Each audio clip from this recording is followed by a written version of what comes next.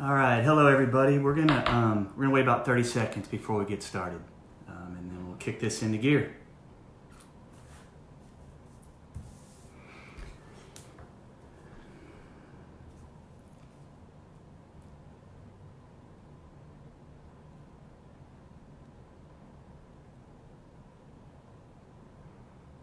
Okay, all right. My name's Jeff Waller. I'm the co-author and co-creator of the 7 Mindsets, and today I want to talk to you about our fourth mindset, which is 100% accountable.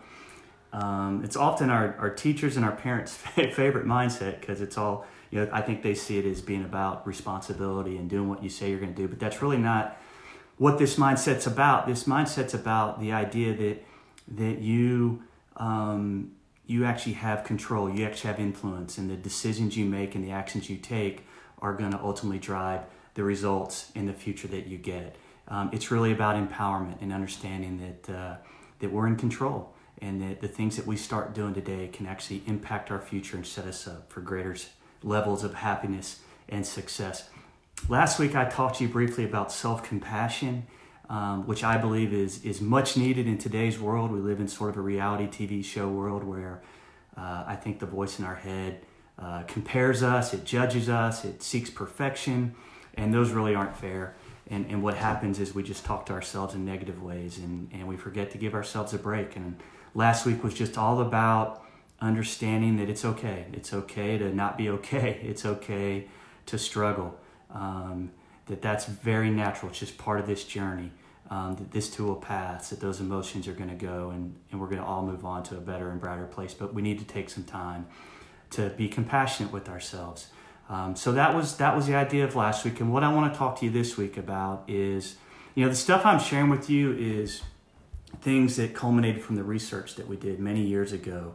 And what we were able to do was study people who had been through tough times, who had come out of them stronger and better, and position themselves to be happier and do more and accomplish more with their lives.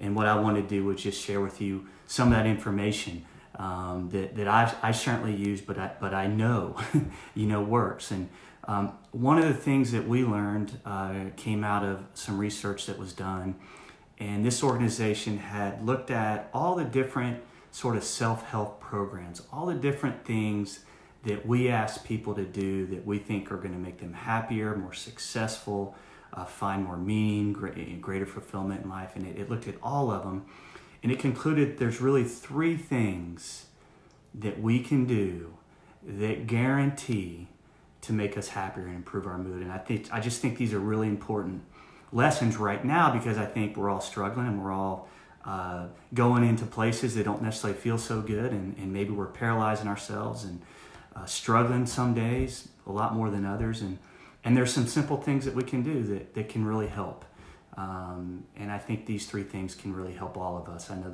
they've helped me as I've tried to implement them over the past few weeks. So the first thing that any one of us can do to help ourselves immediately feel better and lighten our mood is anything that makes us present, anything that engages us, anything that makes us mindful, anything that makes us more thoughtful. When people come to me and maybe they're struggling and they ask, hey, what can I do? The only thing I know to tell them is that I know that if you pray, if you meditate, whatever it is that you do, if you do one of those things, that you're going to heal and you're going to feel better. So anything that you can do to make you present. I know some people, I like to go for walks in nature, and I take the music out, and I just try to be in silence, but all it's doing is bringing me into the moment and making me mindful and thoughtful. Some people like to read. Some people like to sit by the water, or what. I remember growing up, I used to just love to watch the rain come down. But being present and finding ways to sort of be mindful, to be present, to be thoughtful, slows you down. It stops the disruptive talking in your head, and you come out of that feeling better and in a better place to do things and function and perform at a higher level. And so I would encourage you to find out what it is in your life that can absorb you, whether it's meditation, prayer, hikes, sitting by water, listening to music. But I know that's one really powerful thing that we can all do. The second thing that really helps us feel better immediately is gratitude. And I know we've all heard that. I just remember a study that we had looked at many, many years ago that had taken two groups of 100 people who were, depressed, and one group was given sort of the best in modern day medication, I guess antidepressant medication, and the other group of 100 was asked to simply practice gratitude every night. And every night, when they would go to bed, they would be asked to think about and write down three things that they're grateful for. So the first thing they would be asked to do is write down one obvious thing, your wife, your children, your family, your health. What is one obvious thing that's just a great blessing in your life? Write that down and really think about it for a while. The second was to think about maybe something you take for granted, something small that you don't always think about, like, I can see and hear. I got two hands and 2 feet. I got 10 fingers and 10 toes. Imagine what life would be without those things, and just take some time to appreciate some of the things maybe that you take for granted. The third thing that is probably the hardest one to do is to think about a time or when something happened in your life that maybe didn't feel so great at the time. But then think about something good that came out of that. Maybe there was a time of adversity when maybe you learned a lesson, or maybe that's when you got to know someone for really well for the first time, and it ended up being a blessing. But it's kind of this idea, they used to call them the inverse paranoid. The world is conspiring to do me well, and these bad things happen, something is good is coming out of it, and learning just to go back and look at those events in your life and find the silver lining. And so that's the second, which is practicing gratitude. And I would encourage you every night before you go to bed to sit down and write about and think about three things that you're grateful for. And the amazing thing about that study was that the group that practiced gratitude had significantly greater effectivity than the group that used the best in modern day medication. Gratitude had a 95% effectivity rate on improving people's moods and making them more upbeat about life. What was even more amazing about that study was, I don't know how they did this, but they somehow extrapolated out that practicing gratitude every day adds 7 years to your life, which is better than quitting smoking or regular exercise. So not only is gratitude good emotionally and mentally, it's good physiologically.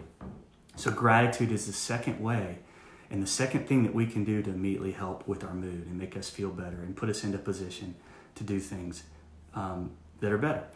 The third, and this really is the one that has the biggest short-term effect, is serving other people. That when we serve other people, it makes us feel better. And many, many years ago, we did our first Ultimate Life Summit, which is an event we do every year at Disney. And we, for the first time, did a service project.